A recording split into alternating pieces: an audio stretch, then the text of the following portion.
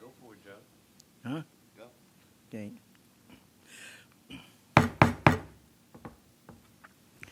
Good afternoon.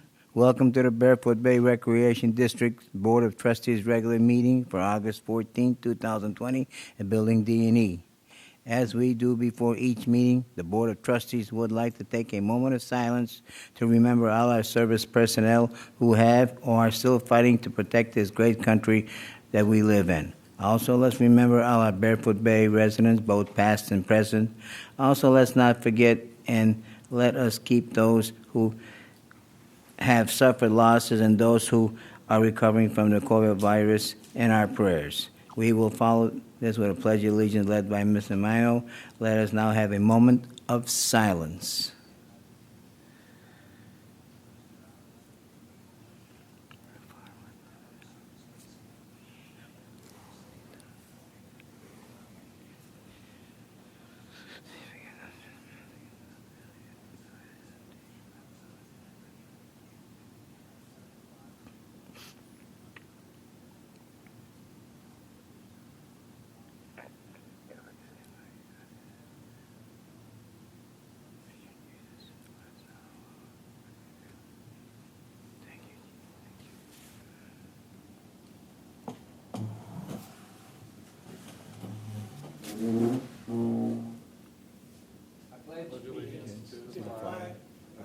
States of America, and to the republic for which it stands, one nation, under God, indivisible, with liberty and justice for all.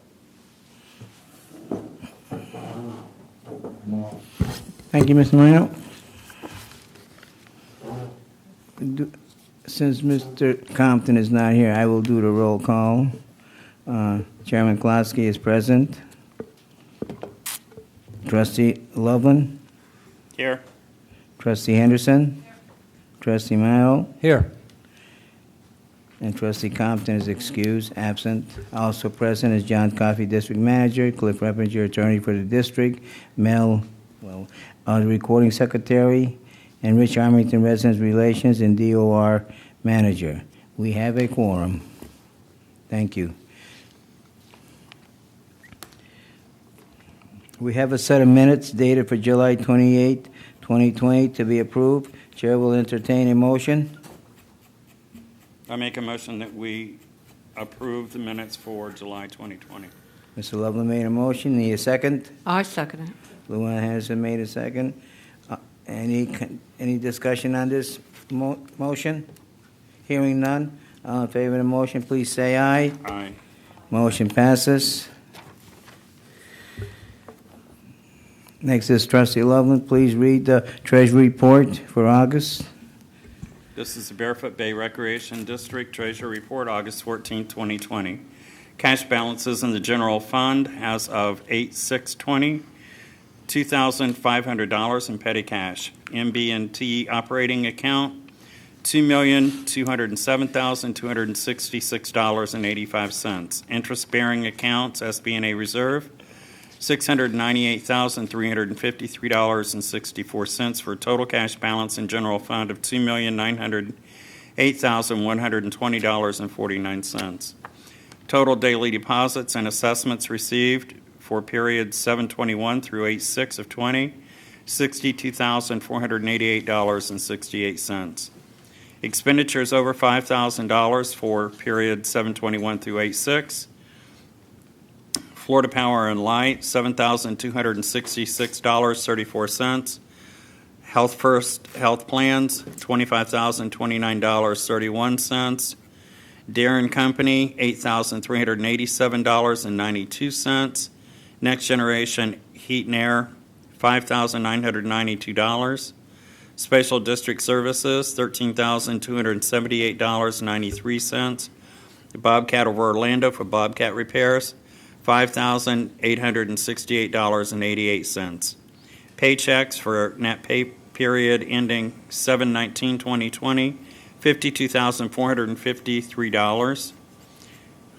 Payroll tax, pay period ending 8/2/2020, $8,090.05.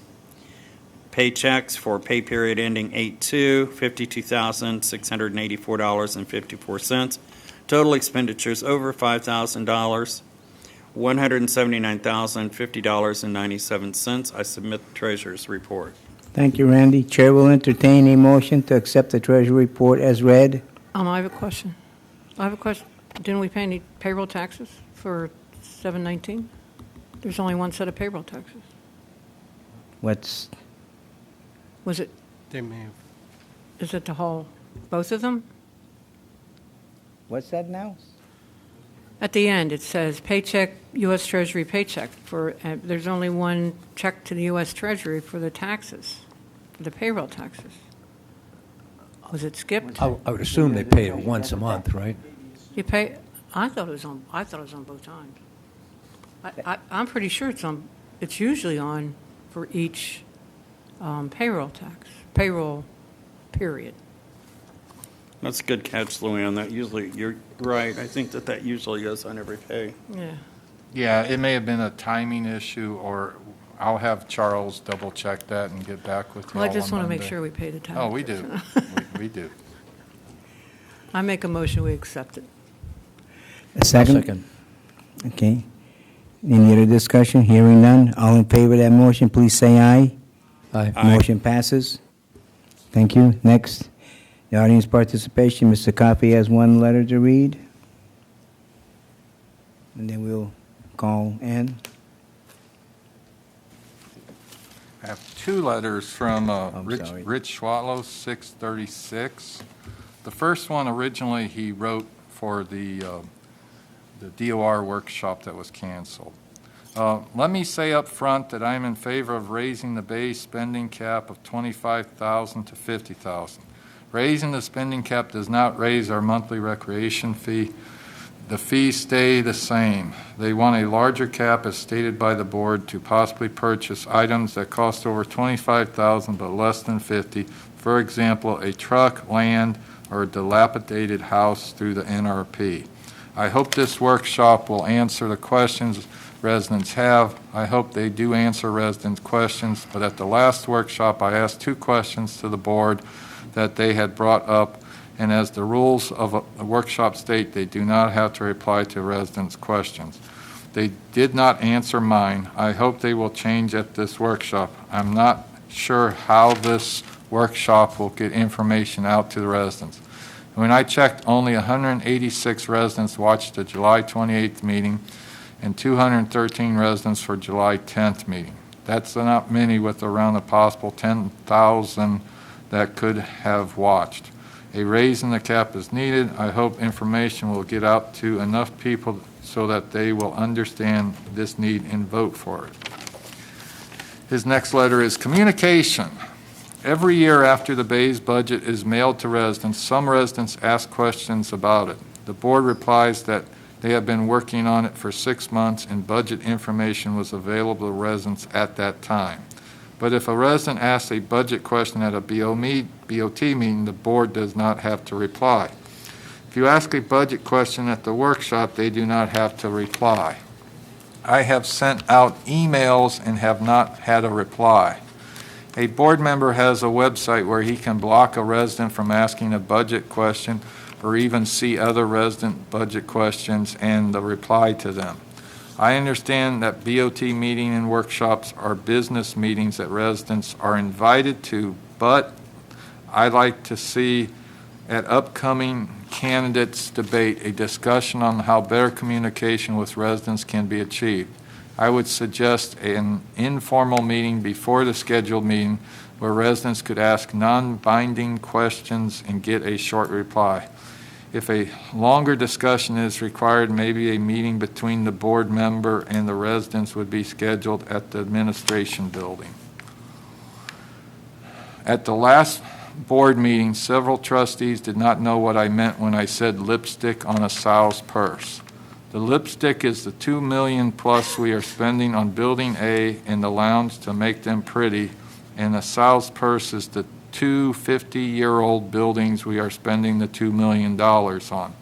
Plus, the cost of the beach bathroom may end up with a combined cost of twice what the board voted to spend on it. Thank you, John. Open up the audience participation.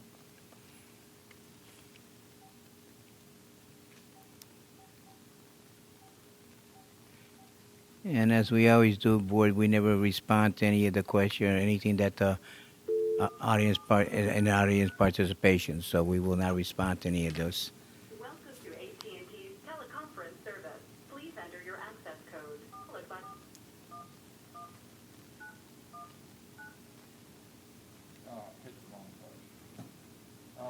I got sidetracked. I have to start over, but I remember that the last meeting, Trustee Compton wanted me to reiterate to the people before they called in to silence your computers, or if you're at the lounge watching the simulcast, please step outside and don't use your speakerphone because we had feedback problems the last time.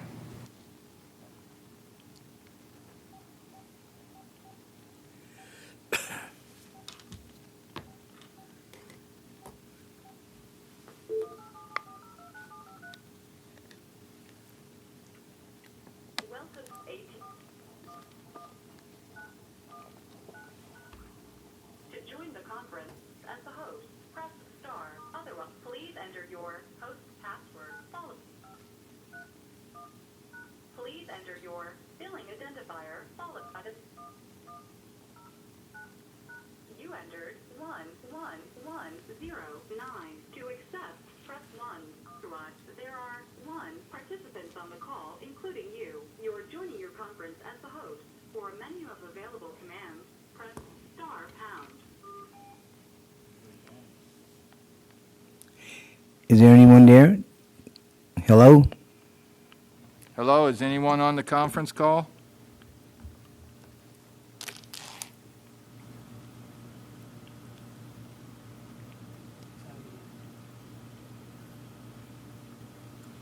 Mr. Coffey, can you ask again, please? Anyone on the conference call? We can hear when the caller joins in. It does a bleep. So there's nobody on the line? Last call, anyone on the conference call? Okay, audience participation is now closed. Thank you. Mr. Chairman, Yes. can you hear this? Yeah. Comment about what you just mentioned about responding to callers coming in, and that's absolutely the way it's supposed to work, and people should understand that. However, they have to also understand anytime they have questions about budget items, about administrative things, about things the board does, they can call the administrative office anytime they want and get answers to those things.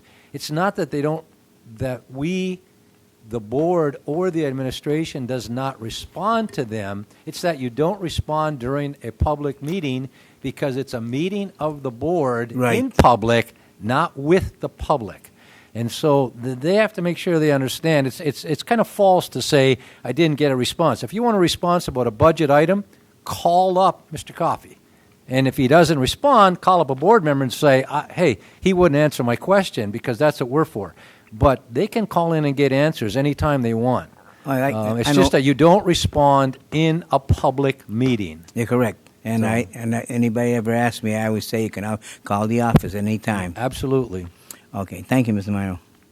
Okay, unfinished business. Phase reopening discussion. John? Mr. Chairman, trustees, residents watching here and at home, this is our annual review of the phased reopening.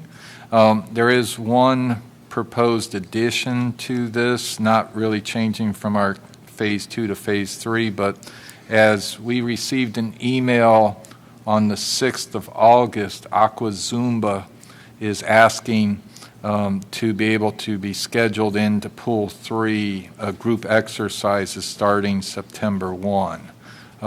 Since that request, I've been watching the attendance at Pool 1, which has a much larger capacity, and we have not come close to capacity at Pool 1. So I feel very comfortable recommending to add Aqua Zumba to the schedule starting September 1 as requested. As long as we have room for people at Pool 1, I know this decreases the amount of free swim time in Pool 3, but in my opinion, as long as we have a pool open for free swim and there's capacity, we're doing our job. And if people don't want to go to a specific pool, that's their choice. I can answer any questions Thank anybody you. may have. Trustees? Unless I misunderstood you, you're going to put the Zumba people in pool 3, right? I thought you said pool 1, but you're talking pool 3. Okay. I'm fine with it. I think that you're right. If they want to go to the pool, they can go to pool 1. Randy? I have no problem with doing that at all. John, we make a motion on that? I will say that when we do this, we will definitely hear from the 5 or 6 or 7 that like to have their time at pool 3 and don't want to go to pool 1. So I want to make that known that, I understand their plight. However, we are in strange times. Mr. Mino? I agree. I think you're trying to solve the problem for all of the people, and I think this is an administrative decision, and they do the planning, and I have no problem with how they run the pools. I have no problem because we let staff run that and everything. So, and it's like John says that pool 1 is not full to capacity. There is enough room there and everything. And I believe pool 3 is the pool 2. Pool 2. No, pool 3 is. Sometimes I go there, I see there's not as many people as should be. Sometimes there is, I guess, but whenever I'm there, I don't see it. So, it's fine with me. I like to have a consensus. I haven't. For them to What start. are we having a consensus on? The Zumba part? Yes. Oh, okay. I want to make sure I was on the right page. Okay, so you're okay with Zuma doing Yeah, that first? yeah, Okay. I'm fine with that. Randy? Yeah, I'm okay with however John and the Mr. staff Mino? manage it. What are you asking again? I missed it. The Zuma wants to start doing the exercises at pool 3. Yeah, that's as fine. of- That's okay. as far as I'm Okay. concerned, that's his bailiwick. and- Yeah, but I just have to get a consensus. sure, So absolutely. Mr. Coffey's just asking what the board thinks too. So, thank you. That'll go along with it too. Okay, thank you. That's it for that. The next on the agenda is Wait. well. Wait, I'm sorry. I thought that's why I asked about the Zumba part. We're still in phase 2, correct? I'm sorry, And yeah, not- we're still in and phase 2. And I'm not really for moving out of phase 2, but I've had several people ask about the length of the tee times at the golf course. They would like to shorten the tee times. And I know that it's not until the 4th phase that they go back to the regular things.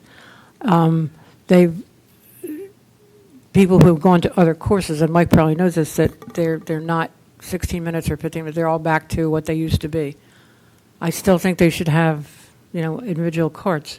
But I'm just wondering if it's time to move it back, maybe not to what it was, but to like maybe 10 minutes or something. John?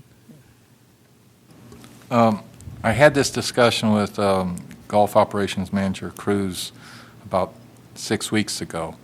And right now, the issue with the tee times, as I understand, is most people want to play in the morning hours in the summer because of the heat and the rain. Our biggest concern is come the winter time when the daytime is shorter, if we are still at the expanded. If you go from 16 to 10,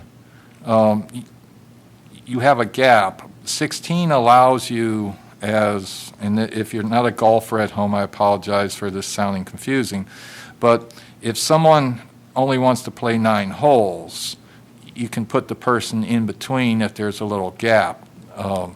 We can shrink that down. We don't really have a problem right now getting people on the golf course. We have a problem getting people on the golf course when they want to be on the golf course. But this problem will only be exacerbated this winter. And if the board wants to go back to the old way, you can. The problem is if you go back to 8-minute tee times and every person using a cart, we don't have enough carts for that. And so that's part of that problem. Okay.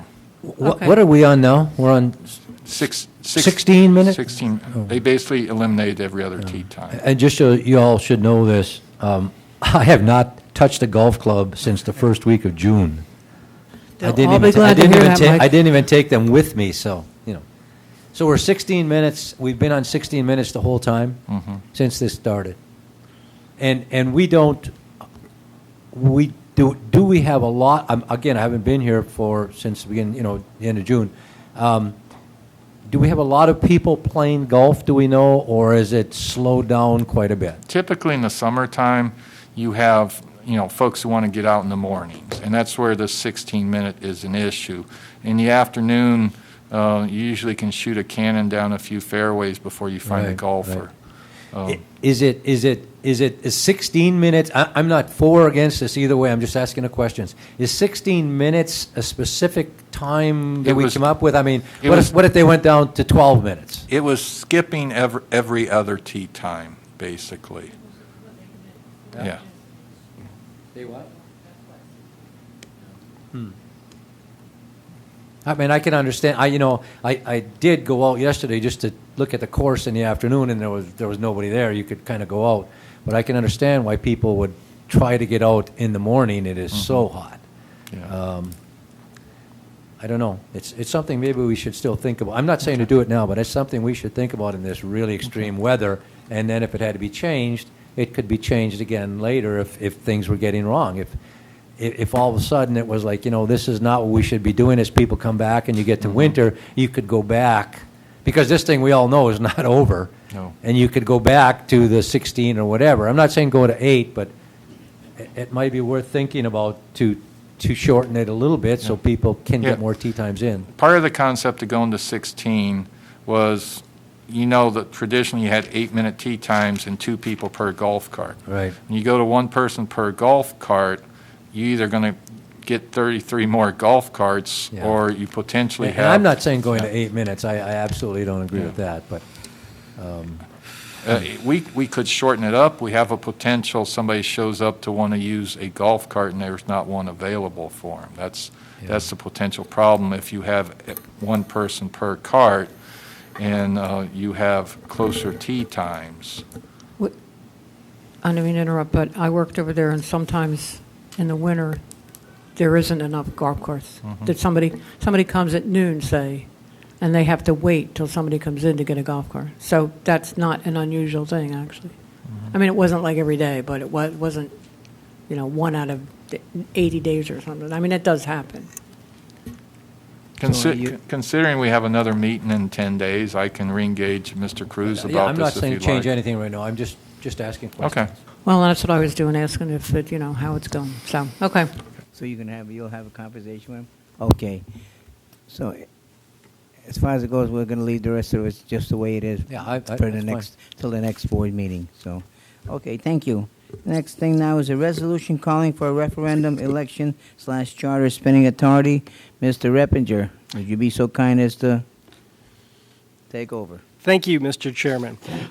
If you may recall that when we last saw this issue, we have a resolution that the Board of Trustees had approved sending to the Board of County Commissioners for their consideration, and that resolution to call for a referendum election to raise the spending cap from $25,000 to $50,000 was on the Board of County Commissioners' agenda for August 4th, 2020, and I attended that meeting. And before I go into the status of that resolution and our recommended action moving forward, I do need to address an issue that has arisen with regard to that appearance. And if you'll indulge me for a moment, although I have represented the district since 2007, some of you, especially the newer trustees, you may not fully be aware of my background.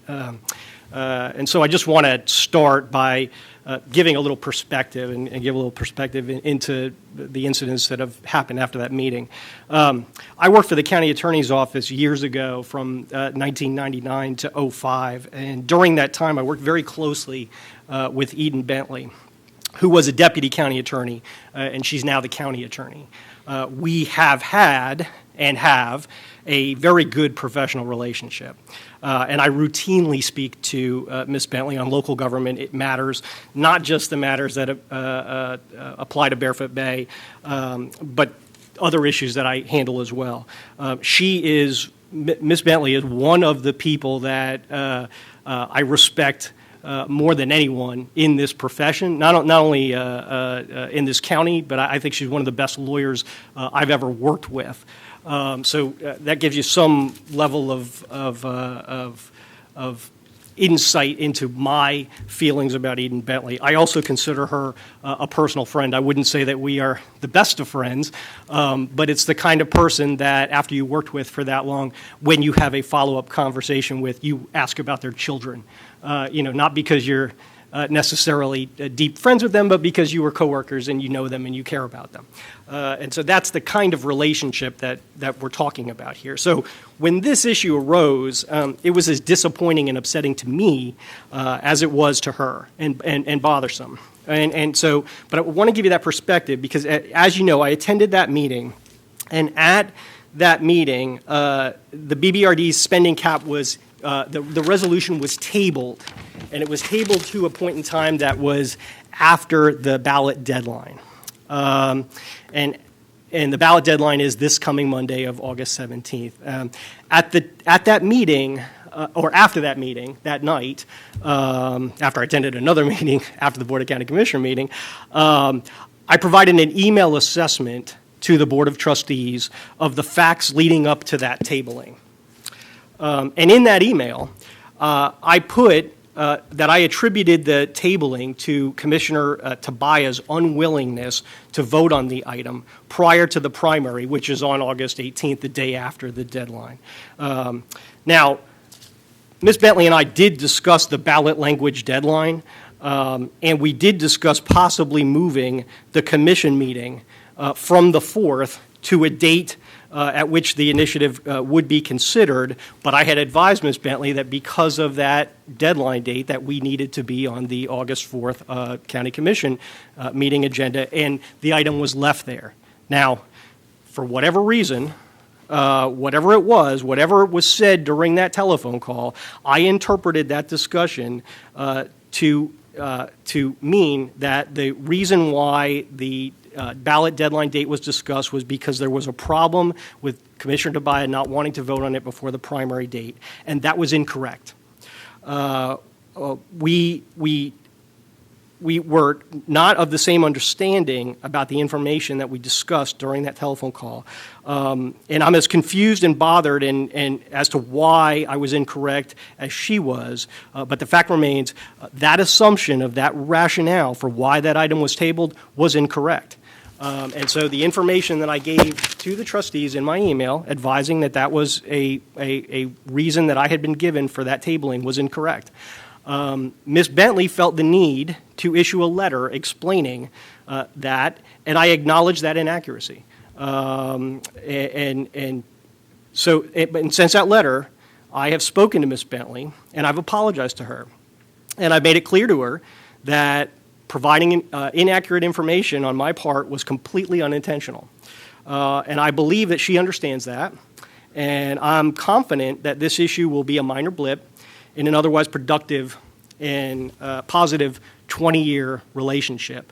I believe that. I believe that my relationship with the county and with Eden Bentley will not be defined by one inaccurate email that I sent based on a misunderstanding. And I think that she understands that, and so we're ready to move forward, I think, productively and positively, and she has indicated that to me in our conversations. But my email also had another problem. Because of my unintentional misunderstanding, I editorialized the effect that the table would disenfranchise the voters of the district, and obviously that was not the case. Now, it's not, as a lawyer, it's not really my place to speculate on the effect that a table has. So for that, I've also apologized to Commissioner John Tobias. I had a telephone conference with him yesterday, and I believe that he also understands that it was unintentional, and that I want to continue to have a positive and productive relationship with the District 3 office, which I have had the entire time that I have been representing this district for the last 13 years. And so I believe that he knows that my assertions were sincere and that it was unintentional, and that that I understand that his rationale for tabling was not based on that primary date, and that he was not disenfranchising the voters. One of the reasons that I know that Commissioner Tabaya was not disenfranchising the voters of Barefoot Bay is because during our telephone conference yesterday, he also advised me that in May of this year, the county passed a resolution calling for a referendum election to propose revoking the district's ability to collect the assessment of on the county tax roll. And that will be on the ballot on November 3rd, 2020. Now, a little bit of history on that issue. This started back in April of 2019. The issue was initially raised by Commissioner Tabaya on a county commission agenda to discuss the uniform method of collection. At that time, we were advised, my office was advised by the county, that the item would be considered, and I did appear on the district's behalf at the county commission meeting to address the assessment collection method in April of 2019. And I advised the county commission at the time that that the district did not favor the county moving forward with removing its assessment collection authority. The board indicated that the county commission indicated that it had no problem with Commissioner Tabaya proceeding to evaluate the issue. And he indicated at that time during the April meeting that there would be some type of a town hall meeting that would be held to discuss that issue and get more input from the community. Thereafter, BBRD staff, John Coffey, myself, and Finance Director Charles Henley, went and we met with Commissioner Tabaya in his office and discussed the assessment rate and the collection method. Commissioner Tabaya indicated that the assessment rate, if the assessment rate was not reduced below the CPI percentage that he was using to evaluate it, that he would consider taking action on the district's collection method moving forward. That was in our meeting. We informed the Board of Trustees after that meeting in 2019 and during the budget and assessment process in 2019, if those of you who were on the board then should remember this, that if the assessment rate was above that CPI percentage, that Commissioner Tabaya could potentially take action against the assessment. Now, my office, and all I can tell you factually from my perspective is my office was never advised of any town hall meeting, and I'm not aware of whether one was held. There may very well have been. I did not receive any notice of that. I do not believe that the district staff received notice of that. I have not fully confirmed that, but I do not believe so. So whether there was one held in the public, whether any of the trustees had notice of any kind of town hall meeting before this item came back, I do not know. So I cannot say. There may have been.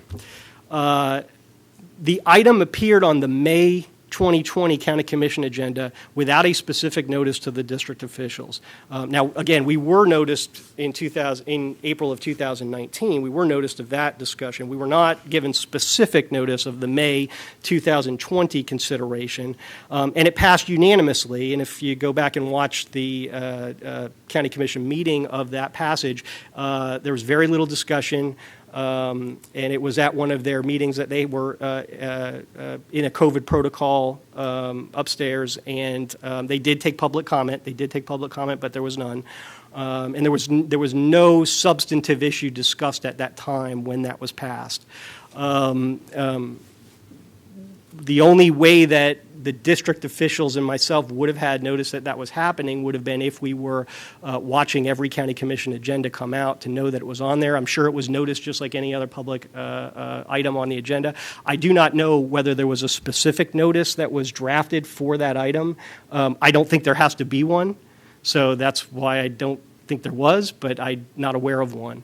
So that at least gives you some degree of background as to why the district wasn't aware of that. Commissioner Tabaya advised me of the resolution yesterday, which I was grateful for, and we've taken a look at that ballot initiative. I have, over the last 24 hours, I guess I'd say, a little less than 24 hours. Commissioner Tabaya, well, if it's passed, the initiative would remove the district's authority to collect the assessment on the tax roll. Now, if you'll continue to indulge me a little bit, Chairman Klosky, I'll give you a little bit of history about the district's method of collection. The district's method of collection was passed in 2009. Prior to that, the district's assessment rate was collected in-house as a monthly assessment.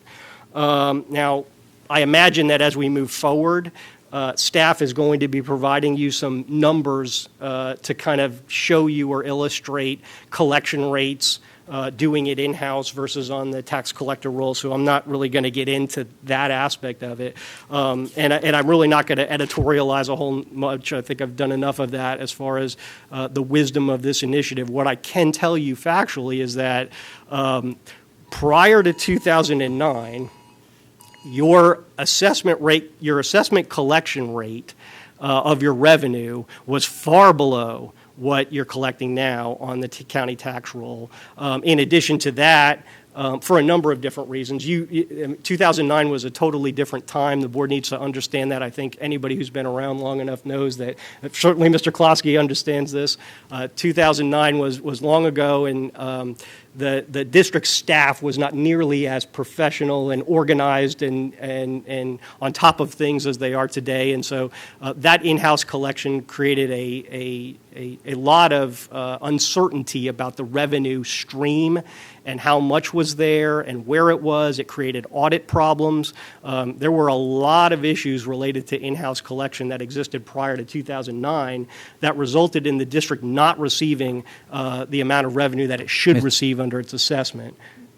I believe that back in before we turned it over to the county, we had maybe a collection rate of sometime between 65 to only to 75%. It may have been in the 60 to 75% range. I'm sure staff will advise us of what those numbers are in more detail. But suffice it to say, it was substantially lower than what you see under the current collection method. Now, a couple of facts related to that. When the district adopted or moved on to the tax roll in 2009, it went through an entire public hearing process.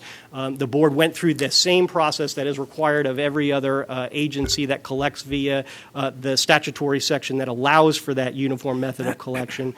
Taking public hearings, taking public comment. It was a long process that we went through preparing the first tax roll and actually putting that onto the tax roll. So that was a very involved process. It went under much debate at the time in the community before it was passed, and the wisdom of this board at that time saw fit to move forward with that initiative.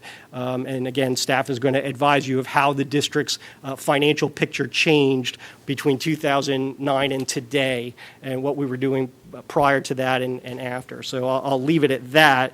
But it goes without saying, and you really don't have to speculate that much, that this is, if this initiative were to pass, it would have a substantial impact on the revenue yield for the district and the costs associated with engaging in that collection. So that's it is what it is. It's a very impactful measure. Now, also, the draft ordinance that's attached to the referendum removes the district's lien rights in addition to removing the tax roll, which I don't know whether that was intentional or just an oversight. That shouldn't really matter whether the district has lien rights or not from a tax roll perspective.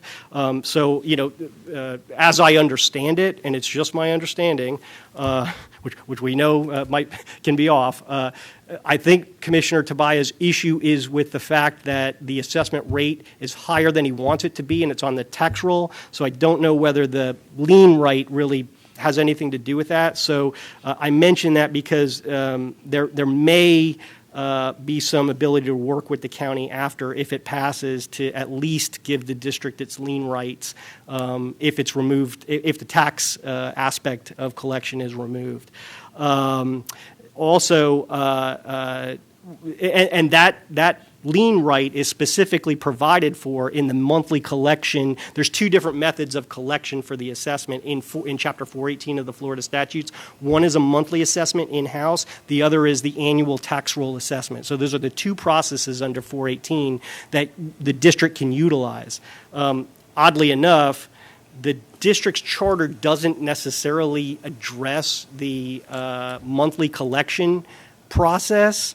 So when the district was collecting its assessment prior to 2009, it was doing so based on the interpretation of 418, not its own charter.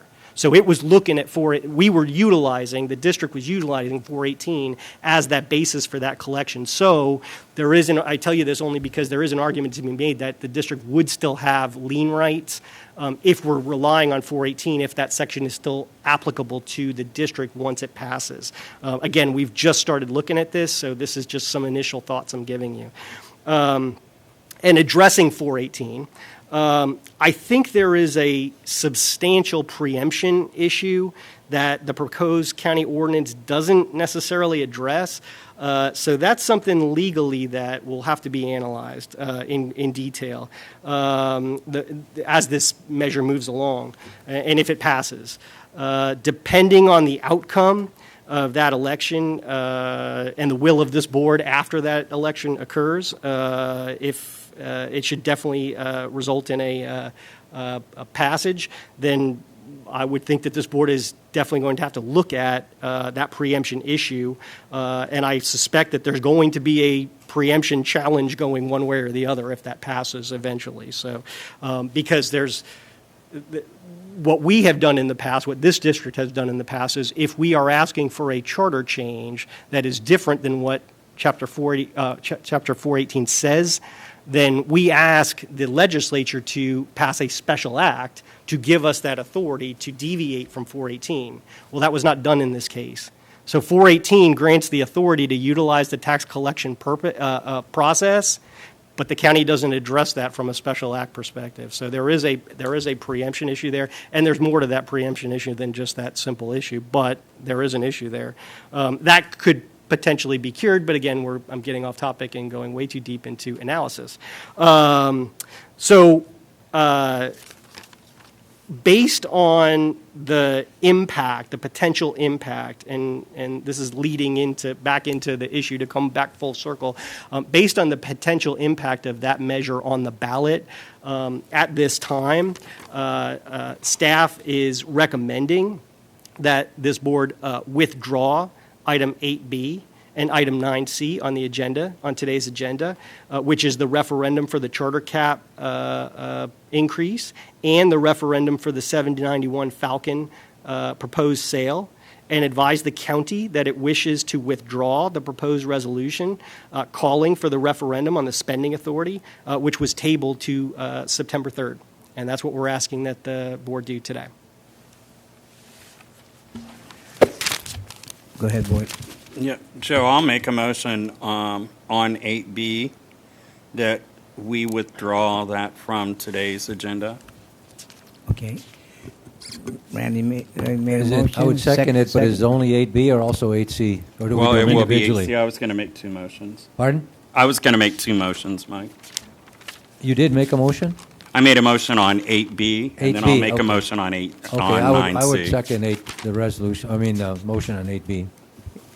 There was a second by Mr. Minor. Any discussion on this motion? We do, I guess, very delicate subject, and I have to be very careful. You know, I've dealt in this kind of stuff for many, many, many, many years.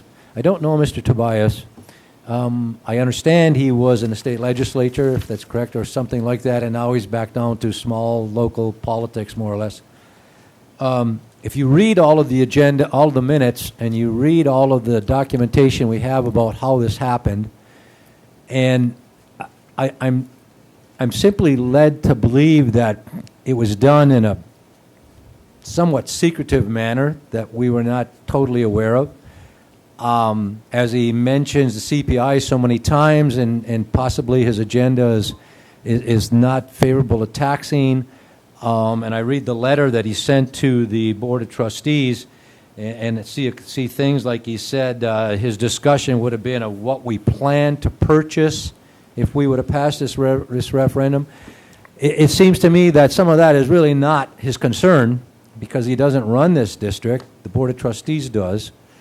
And he's trying to impose some things and take away from the people of the Bay their right to do it, to give them the choice to see what they think they should be doing.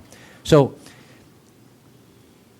not knowing a whole lot about all of this, I think it's very unfortunate that the people of the Bay are now going to have to go out and become educated as to what this referendum that he now has placed on there is going to do to them if, in fact, it passes.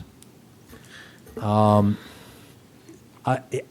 could just see fivefold what Cliff just mentioned about the kinds of things that would happen to this bay in trying to collect those assessments, et cetera, if that referendum passes. The county, in every state of this country, the counties have such a difficult time now collecting taxes. There are so many delinquent tax accounts.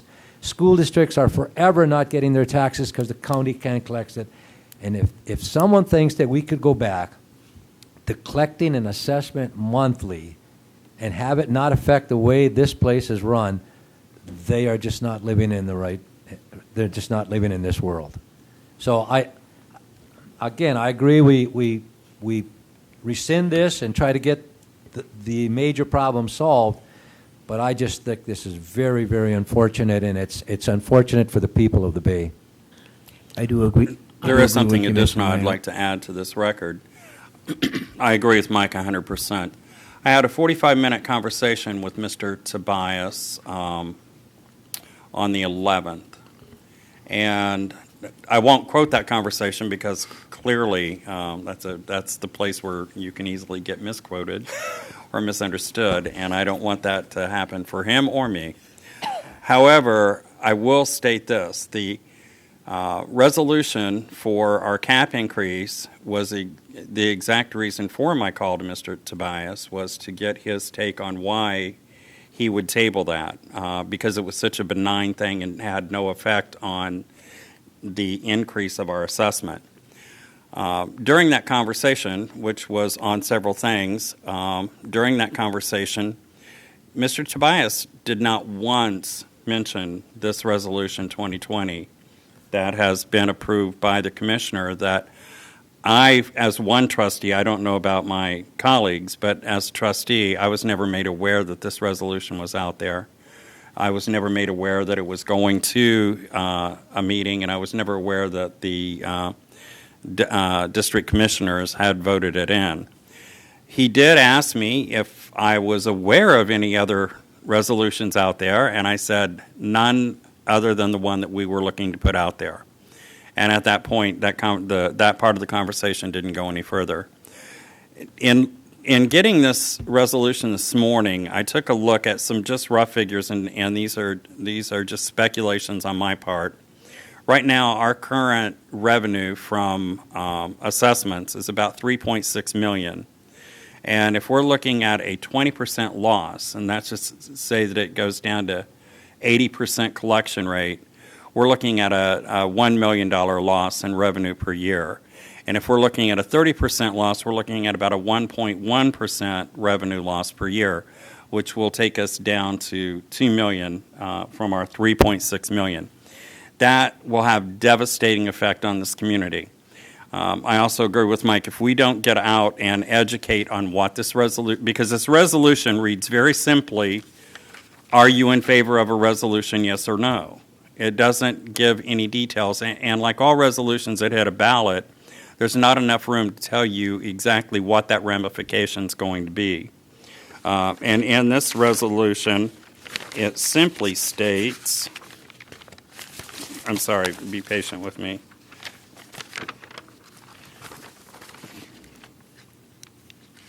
It simply states, shall the charter be amended to revoke the authority of Barefoot Bay Recreation District to collect its assessments in the manner provided for ad valorem taxes? Yes for approval, no for rejection. That will tell our homeowners nothing.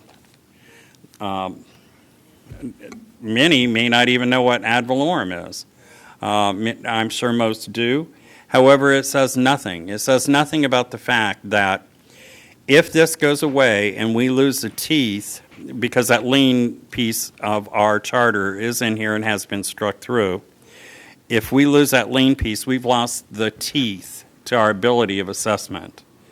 Meaning if somebody wants to sit home and say, I'm not going to pay that assessment, I don't use the pools, they can do that.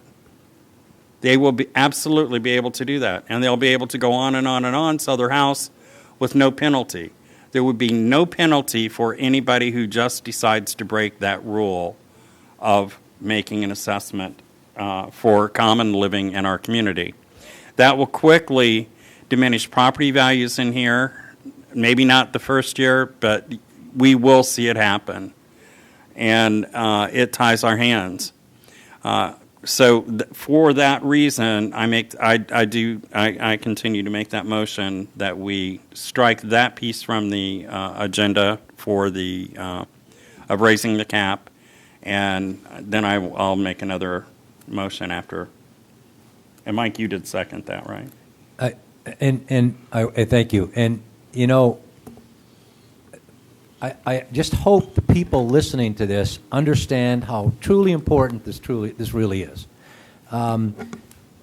Randy's absolutely right that there are so many people, there are people here now in the Bay who say, I don't want to pay that assessment.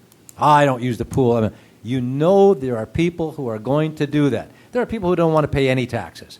They do not want to do anything. They don't want to pay assessments. But that's not the way the world works. You people, I can't emphasize enough that you start losing the revenue, and look at all the things we try to do here. All these 5-year, 20-year plans we're putting together. We're talking about all the things we're improving. We got 50-year-old buildings, and most of the people here know that this board tries to do what's best for them. It's in their best interest. But if that referendum passes and we start losing that revenue, you people have been talking about a dog park the whole time I was gone in Montana. This whole place will look like a dog park because you're going to be cutting out over $1 million to $2 million in revenue. And this budget and this place will change drastically. There's no question. So I'm done on it, but I just can't believe this happened. Plus, down the road, if how it happens, you ain't gonna probably have a golf course here. You won't have a 19th hole. You won't have the lounge. You might have the swimming pools. I don't know, but as far as it goes, whoever maintains it will not be cutting the grass like we do all the time. Well, you may understand something. You may have a golf course. But you will not be paying what you're paying now to play on that golf course if you want to live here, which is going to drastically affect the value of your homes. That's true, yes. This is so overwhelming how it could affect us because you will lose revenue, no question. So I'm just totally I'm against so it. appalled by this. I find it hard to talk. They're right. Everything they said is correct. And but what I wonder, which I probably shouldn't say, but I'm going to say anyway, I keep wondering what his point with this is. Why is he doing this? Why would he not tell? First of all, why wouldn't he tell us that he's having a referendum to do this? This is all big secret. It's all like let's screw Barefoot Bay or something. I just don't. The ramifications of this are horrendous, and how he can just blatantly, make our lives more miserable. I just can't. I can't. I'm appalled by this, and it just. They're right, though. My two colleagues here are absolutely right, and Joe, you're correct. Everybody's correct that it's going to just devastate this place, and whatever we need to do to not do it, that's what we need to do. We need to make sure that people understand a no vote is what we need on this referendum. As I being on the board from 2007 till 2009, we had tough times with the assessments collection and everything. There was so many behind it. They refused to pay and all that stuff. And that's why sometimes we didn't get some of these projects done the way we wanted. But once this county took over and we were getting the money from the county, we started improving, and Yeah. then the last 5-6 years we've really improved and went where we're headed now. That's why the Bay is where it is right now. Yeah, I think going to the county to have it done was one of the probably smartest things that was done. And it just scares me to death to think that he's going to try to take this away. The other thing that's unfortunate about this, that we're not even talking about, is the fact that this referendum that we wanted to put, or this amendment we wanted to put out as a referendum, everything I'd heard up to now, people understood it. I'm not saying it would have passed, but people understood, yeah, geez, it's time to change that so you can make some adjustments in some of the neighborhood revitalization programs, and et cetera, et cetera, et cetera. I think that had a very, very good chance of passing. So what are we doing now? Now we're saying, let's not even put it out there because we've got this other big issue that was dumped in our lap that we've got to deal with. And so we have to get rid of a couple of things just to deal with it. And that's just, again, it's taking the vote away from the people by one person saying, this is what I want them to do. And that's just unfortunate. Okay, we have a motion on the floor. Any other discussion on this motion? Can we just get a clarification that motion includes also requesting that the county withdraw that item from its September 3rd agenda as well? That is correct. Yes. Okay, so I second it. okay, Randy had so- a motion, I second it. Okay, so now let's go with a vote on it. We're going to have a voice vote. Mr. Mayo? Yes. Luann? Joe, yes. Randy? Yes. Voted unanimous. Thank you. If I could just state one thing on the record as well. I've gotten a text message while we're sitting here. It is from Commissioner Tabaya. And Commissioner Tabaya wants it to be clear to this board that if you get within the cap, if you bring the assessment rate within the cap, that he would be glad to ask the commission to pull the referendum. That is his communication. Does indicate that he would verbally state that. So I don't know how the board wants me to proceed on that, but So he's holding that over. So he's holding that over our heads, right? If we bring down the Well, I wouldn't couch it that way. I would just say that Mr. Well, no, but maybe you Commissioner will. I Tabaya, would. Commissioner Tabaya has been very clear about the one thing that he has been extremely clear about. That there, make no mistake about, he is unhappy with the rate of the assessment. That it is over what he believes that it should be. His rate of says what's 2% or something, right? He's using a CPI index percentage, and I would leave it up to. I think the last time Commissioner around. Tabaya or No, someone I think we talked about it to before. explain It's it. just over 2%. However, you just received that text during our meeting, correct? That's correct. Yeah, I think we have to make sure that we appreciate the fact that he texted in and is listening to a little bit. And He is watching this meeting. He did advise me that he would be watching this meeting. Exactly, and I think we should appreciate the fact that he is doing that, and appreciate the fact that he texted in, and also not that we're going to need to make motions about anything else. We passed that motion, by the way, didn't we? Just now, we did.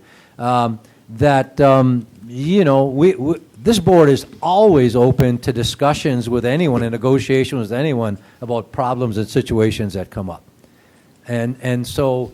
We have to make sure he understands. We think this is just a terrible thing that's been proposed that will be on the ballot, and we have to do something to make sure it's not on there, or that it's defeated. One of the two.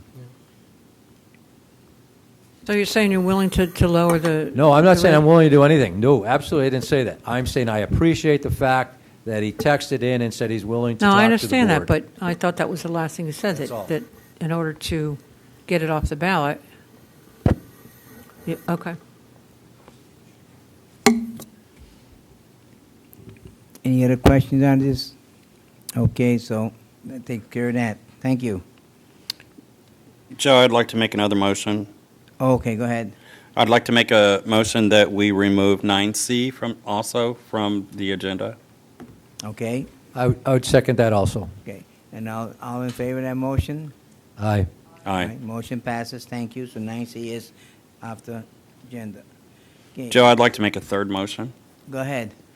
I need to make a motion under all of the controversy that this resolution that has been put forth to hit our November ballot, that we also table the workshop for the dog park or any large project that's coming up until we have resolution on this resolution.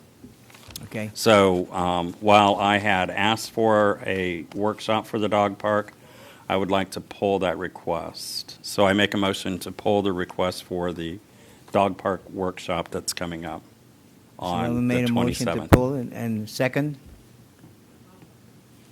Okay, any discussion? Luann made a second. Any discussion on that motion?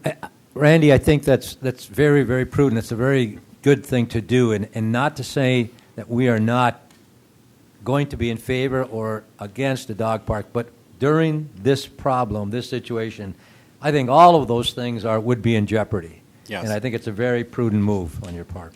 Okay, thank you. Any other discussion? Okay, all in favor of that motion with a voice vote? Randy? Aye. Luann? Joe, yes? Mr. Aye. Mel? Motion passes. Thank you. A new business, shopping center roof replacement, RFP, evaluation committee recommendations. John? Mr. Chairman, trustees, we received 2 proposals in response to the RFP, one from MGM Contracting, Inc., and one from the Roof Authority. The RFP committee met twice to review them. The recommendation was to recommend to the board to accept the proposal from MGM Contracting as presented. A few notes just for clarification. The 5-year plan had target of $130,000 in use of fund balance for that this year. Due to some timing issues with other projects, there will be sufficient money to do this. And additionally, as I notified the board in the agenda memo, it's my intent to sign a proposal for construction, administrative services, and inspections in the amount of $6,800 due to the complexity of this project.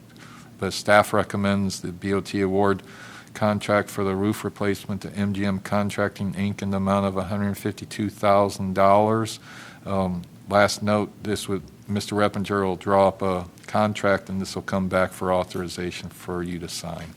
Thank you. Chair will entertain a motion.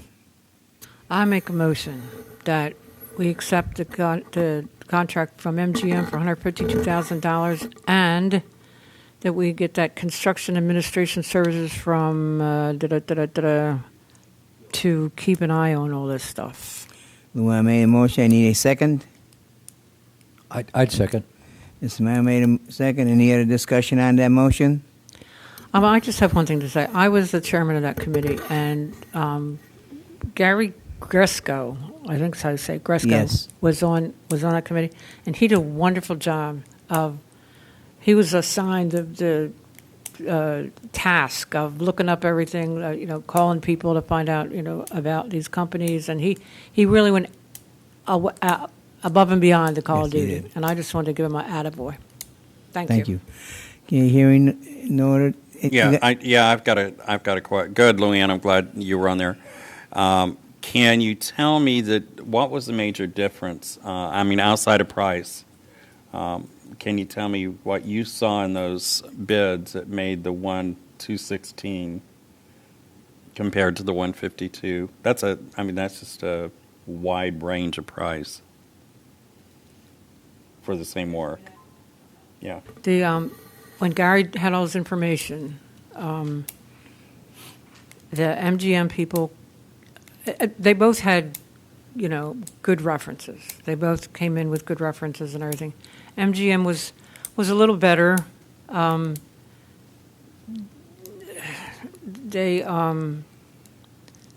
Matt Getz had spoken to the people from MGM and was very much in favor of them because of the way they presented themselves.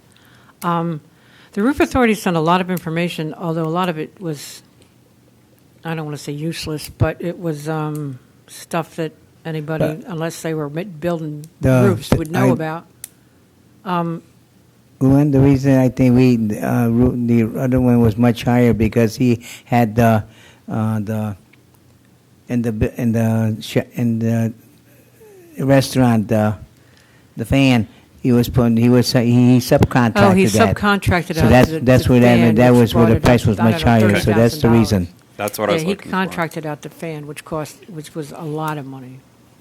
The vent fan, I guess. But in all, they were both good. But I believe this one was much precise and it better. I think he's going to do everything himself. So there was no reason if didn't have a question on it. If something happened, well, we go after this, and this we got problems. So like that, he's going to do it all himself, and we know that he'll do a good job. So okay, there is a motion, a second, and go ahead, John.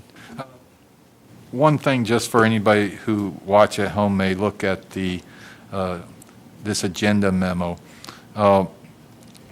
MGM had a more slimlined proposal, and the roof authority had a very detailed authority.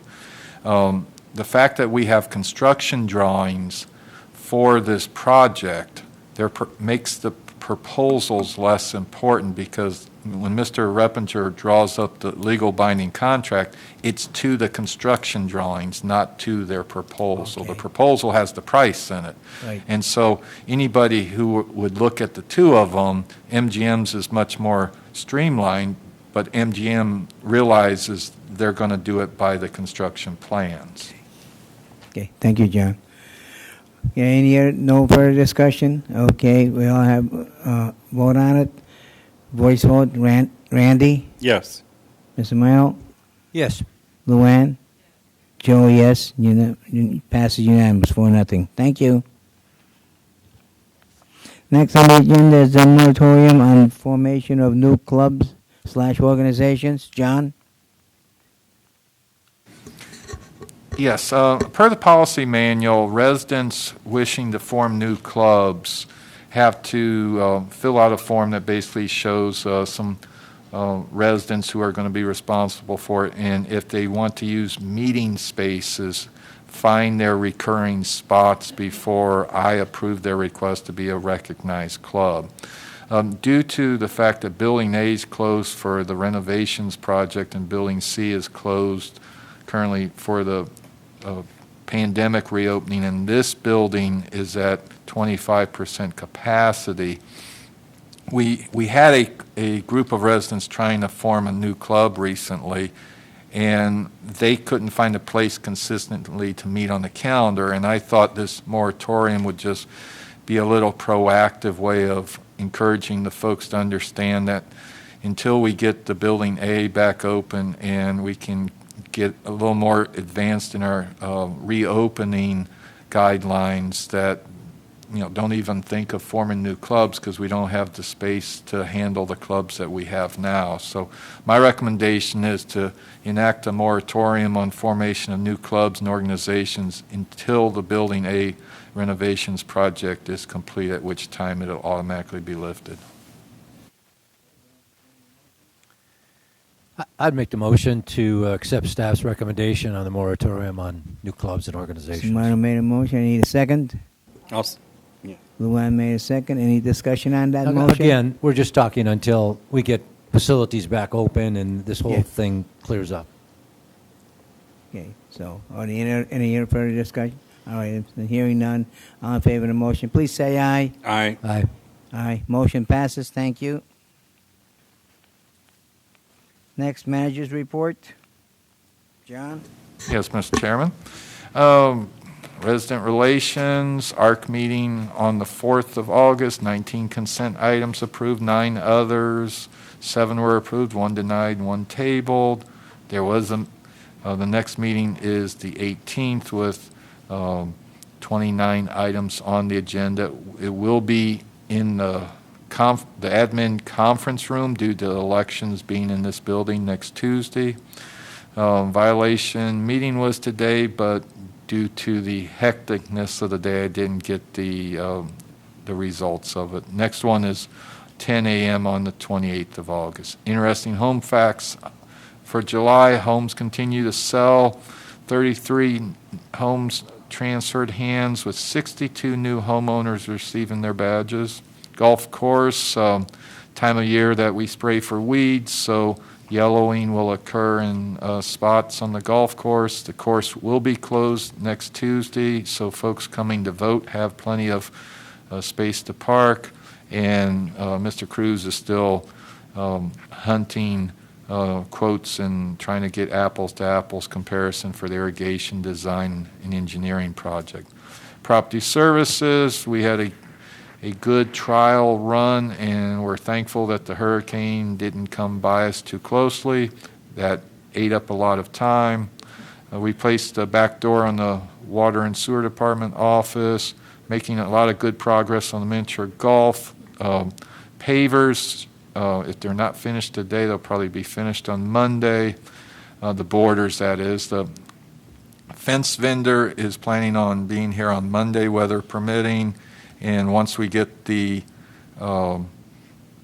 fence in, the obstacles and structures will go in. We're doing the final painting. Repaired broken water line at the beach, ordered new signs again along A1A. If you're the person out there who likes to break our signs, please stop. Inspected lighting outage at Pool 1. Mr. Getz and I took a leisurely survey of that property along Falcon Drive to try to fact check it. And Building A renovations project started Monday this week and continues to solicit bids for various projects. As I mentioned, Building A started on Monday. The sound system update project that Little Theater donated $5,000 is scheduled to be executed late next week. And if you ever want to be frustrated, we've bought trucks from Duval Ford for years, and this year we get told we need a VIN number. And getting a VIN number is not as easy as it sounds, but Stephanie Brown helped Mr. Getz finally track down the obstacles of getting a VIN number, and we got our trucks ordered. Ironically, the government version F-150s, which doesn't have all the gizmos that average residents buy, was already out of stock, and so I had to sign a change order for $1,879 for the 2021 model that had enhanced safety and data management systems. A copy of that change order is attached. The electrical upgrade project, the design personnel will be on site in the next few weeks, mapping out existing infrastructure and doing the lighting test at night. Construction plans are scheduled to be to us in November. The NRP subcommittee is meeting next Wednesday, August 19th at 10 o'clock in the administration conference room. And the dog park is no more. So I was going to say that. I do have one thing that we will be sending out a notice to the homeowners through the bulk email. We finally got a confirmation of the construction project that is going to make all our lives interesting. The map doesn't show it very well with the lighting on, but basically the four corners where the four stop signs are and those iron plates will be closed starting Monday at 7 a.m. for a month to 2 months. So if you came that way to this meeting, you saw them digging in the median. They will be rerouting detours down the Miko Road and around the East Drive to avoid that area. I'm sure Trustee Mino and Loveland will enjoy coming to see me because you'll need to pack a lunch to get to the admin building instead of just being around the corner. But once this is done, all the iron plates will be gone and stuff. And that concludes my report. I have a question. The Building A audio upgrades, with digital mixing, blah, blah, blah. Is that going to fix the acoustical problems in Building A? I mean, is that I mean, I read all that stuff and went, this is all very nice, but no, but it doesn't say, yes, this is going to be, It will help the acoustical problems. You will always have acoustical problems when you have a concrete floor, flat floor, and a ceiling that is peaked like that. That room was never meant to be. what was that room meant to be? That's the question. I mean, you it- probably don't know, I don't know either, but I'm just saying, if it wasn't meant to have people in there and, meetings and stuff, what could it possibly have been used for? Well, I mean, I know you don't know, and it was only just When they rhetorical. put that Actually- building up, actually, I do people know used to- that, They used to Lou just Ann. yell to each other when they put that building up. You didn't worry about acoustics. The acoustic, so it's going to be better. Is that a lot better, or you don't know? You don't know. It's just, it's annoying, to tell you the truth. the part of if you look at what was sent to you, the vendor believes a big part of the sound issue is the speakers have too much, and I'm going to say a gizmo because I don't want to use the wrong word, but is not meant for the spoken word. It's more of an entertainment speaker, and the speakers they're putting up will not have so much of a problem amplifying the amplified voice. But in the 70s, I'm not sure they anticipated that room being amplified. You go to any performing arts, mosque, synagogue, parish, you don't see a flat floor with concrete on it and ceilings like that. Everything is slanted down like a movie theater. So there's a limit to how much we can do to make that better. But this proposal is endorsed by the Yes. little theater group, right? This is Yeah, what they yeah. think they want. They believe this will help. I mean, I had a note here saying I'm glad it's finally going ahead with, but as long as this is what Yeah. they think will help. Yeah, because I was here, Mr. Klosky's been here for a long, long time. Before we put up those sound dampening panels, the echo in that building was much, much worse. Now, the issue is a lot of people have moved in here and they don't remember what those buildings sounded like before the sound panels. And our biggest issue that we may address next year, we have money in the budget for sound dampening panels, but once we get this in, we'll make an assessment of what the next best need is our microphones are microphones that you're supposed to hold at a 90-degree angle to your face, and everybody thinks they're on NBC Sports, and they hold it straight up as if they want to show the Barefoot Bay logo off, and it doesn't pick up the voice well. And I think I could work here for 70 more years and never be able to get the message across to folks. You hold the microphone straight out like you're a rock star back in the 70s, not like you're calling Monday Night Football. That's a major part of the problem, and no amount of technology except different microphones can help that. Thank you, John. Anyone else for? Well, I just think that explanation was a lot of dancing, if you want to know the truth, but that's okay. I'll buy that for now. Okay, thank you. I'll hold judgment until this whole thing gets done, and then I'll complain more. Okay. Mr. Reppinger. Thank you, Mr. Chairman. I think I've spoken quite a bit today. One thing I did want to touch on, the DOR filings. Obviously, we have, based on what we've been handling, some of the things we've been handling, some of the urgent matters, we've had to push some of those filing deadlines, so I know that doesn't make anybody happy, but we are working on those deliverables.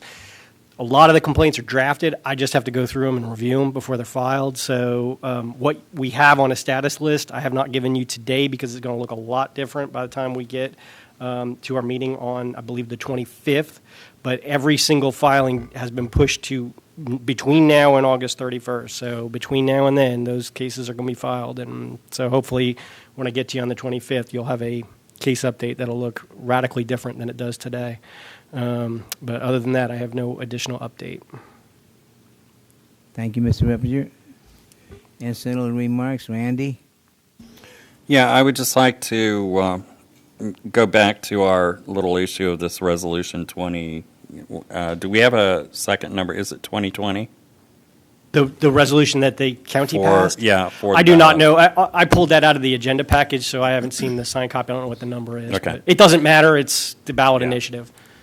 And And in speaking to that, I really would like to make sure that the homeowners understand the impact of this. So I think it's important for every board member and everybody that's listening to this meeting to try to get the word out there on what the impact this will have to the Bay and lost revenue from uncollectibles, as well as strikingly changing our charter and the lien aspect. Also, I don't have a problem with meeting a CPI. I've never had a problem with us following a guideline of a CPI.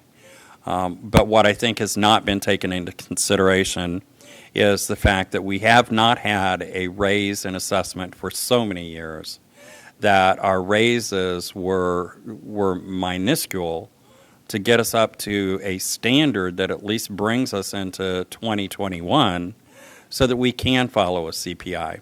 So I think that to make those kind of commitments and have those kind of commitments thrust upon us by somebody who's not bothered, and maybe he has, I hope that he has, and if he hasn't, I hope that he starts to get involved in finding out why we had such raises. Because the main reason is we don't have a $10,000 per household assessment once a year where you have to pay that to bring us up like you would in a condo association or an HOA. We don't have that. We don't have that luxury. We don't have that money, quite honestly, individually. So these little raises that we've had in our assessment have really brought us up to standards where we need to be. Following a CPI is not a problem. Getting us up to a level of assessment that is worthy of today's budget has been the struggle. And I believe that we've done that, and we've done that through increments of small amounts. So, again, following the CPI is not a deal breaker to get something moved off of a ballot that will literally break this community. And but going back and reversing, saying what we've already approved is almost an impossibility, in my opinion. That's all I have to say. Thanks. Thank you, Randy. Luann? Well, to I guess reiterate what Randy said, people need to understand that a yes vote on this referendum is going to crush us, and life as we know it is over, and maybe not today, and maybe not next week, but very shortly after that, it's going to be gone. People need to understand that, and hopefully we'll get the word out. But the only other thing I have to say is, well, there's a lot I could say, but I think I won't. I could be that political. That be sure to vote, and be sure when you vote no on this referendum. And that's all I have to say. Thank you, Luann. Mr. Mayo?